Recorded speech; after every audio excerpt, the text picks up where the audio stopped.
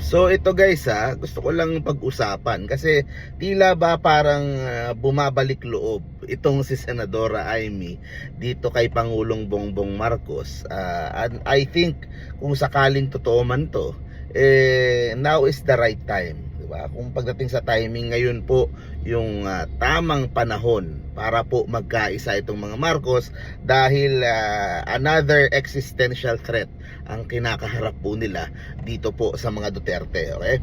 Kahapon kasama ni Senadora Amy yung kanyang ading na si PBBM at yung mga gobernador mula sa iba't ibang lalawigan para po sa League of Provinces of the Philippines na event. Okay, so magkatabi sila and alam nyo, importante yung simbolismo sa politika and it's nice to see itong Senadora Amy na nakapula, nakatabi si PBBM, di ba? Pulang-pula yung kanyang damit. Actually, maganda yung itsura ng kanyang damit, in fairness. Pulang-pula yung kanyang damit, katabi yung kanyang kapatid na si PBBM. At mukhang masaya naman sila, mukhang wala naman problema, mukhang happy lang. So yun yung isa. Na-invite sila sa event, pumunta sila, magkatabi sila. So yun yung isa. Pero another one, na isa pang nakikita ko na parang senyales ay yung tuloy-tuloy na pamimigay ng titulo ng lupa para sa mga agrarian reform beneficiaries at yung pagbura ng pagkakautang. Okay? At kasama niya dito yung Department of Agrarian Reform. Isa ito sa mga magagandang proyekto ni PBBM yung pong kanyang tuloy-tuloy na agrarian reform and yung pag-cancel ng mga utang. At it's nice to see na siya po ay kasama dito. Nagbigay siya ng video message para doon sa mga taga Cordillera, para sa ito yung solid north ito yung baluarte nila para po iparamdam sa mga tao doon na ngayong naibalik yung Marcos sa pwesto, they will look after yung pong mga needs, lalo na po itong mga magsasaka, yung mga nasa agrikultura. At sa totoo lang yun nga kasi ang hindi ko magets from the start. Kumbaga nakabalik yung kanilang pamilya, nakabalik sa Malacanang, yung kapangyarihan and yung, of course, yung decision making and yung resources, yung makinarya ng gobyerno. Bakit hindi kasama si Senadora Amy from the start? Maaaring merong kasama sa issue na personal and all that, pero ngayon po it's nice to see na siya po ay nagiging kasama ng gobyerno sa mga proyektong ito sa pag-implement sa tao. And of course, alam natin na itong si Senadora Amy sa kanyang re-election campaign, importante yung mga ganitong klaseng mga proyekto para siya ay makita uli at kumbaga magkaroon ng ano ulit yung mga tao, maging visible uli sa mga tao yung kanyang ginagawa, yung mga maaring mga magagandang proyekto ng administrasyon, pwede siyang madamay. Kasi Marcos din siya. Ganyan naman yan Unlike nung mga nakaraang mga buwan at para bang kinokontra ni Senadora Amy yung ilan sa mga polisiya ni PBBM, lalo na sa foreign policy. Bakit ko ginagawang big deal itong mga pagsasamang ito ni Senadora Amy at ni PBBM? Kasi po kailangan, kumbaga ito sabihin ko na din ngayon kailangan ni PBBM si Senadora Amy dahil sa kanilang magkakapatid, itong si Senadora Amy ang talagang matapang, mabangis. Di ba? Palaban talaga itong si Senadora Amy. Talagang talagang.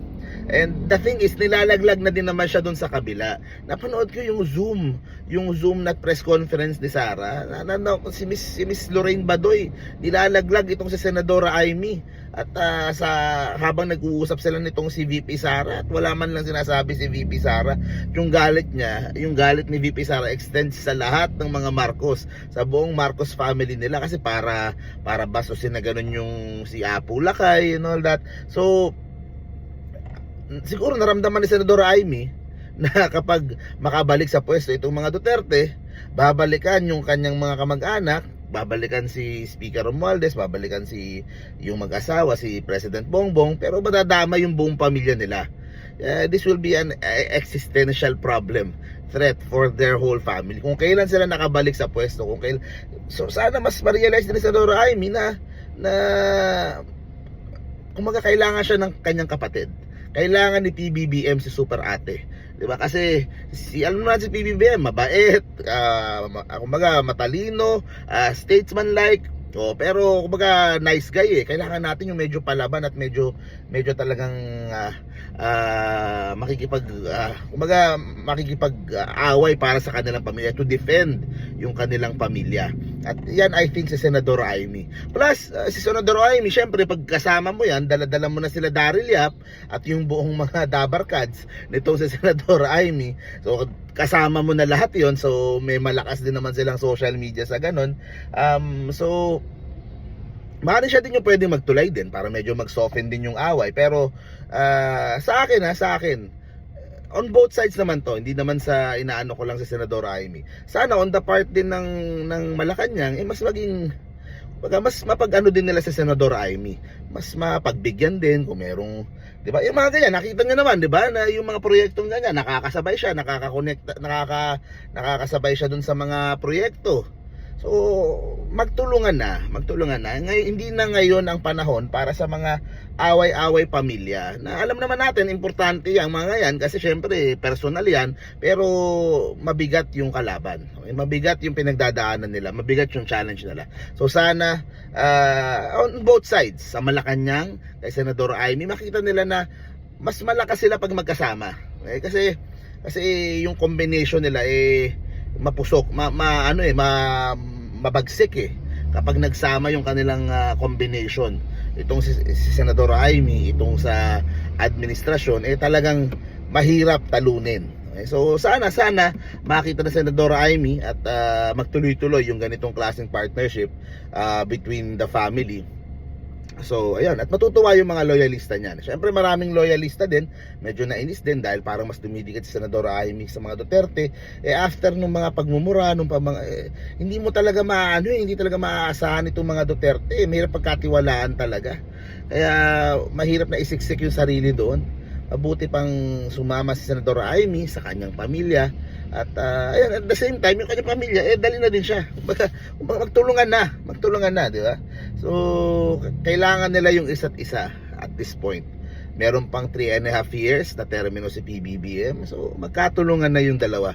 At magkaroon ng reconciliation. Kasi gusto naman natin yun. Bilang Pilipino, gusto natin na maayos yung pamilya. So, ayun guys, thank you very much po. See you po sa next video po natin. Stay safe parati guys. Bye-bye.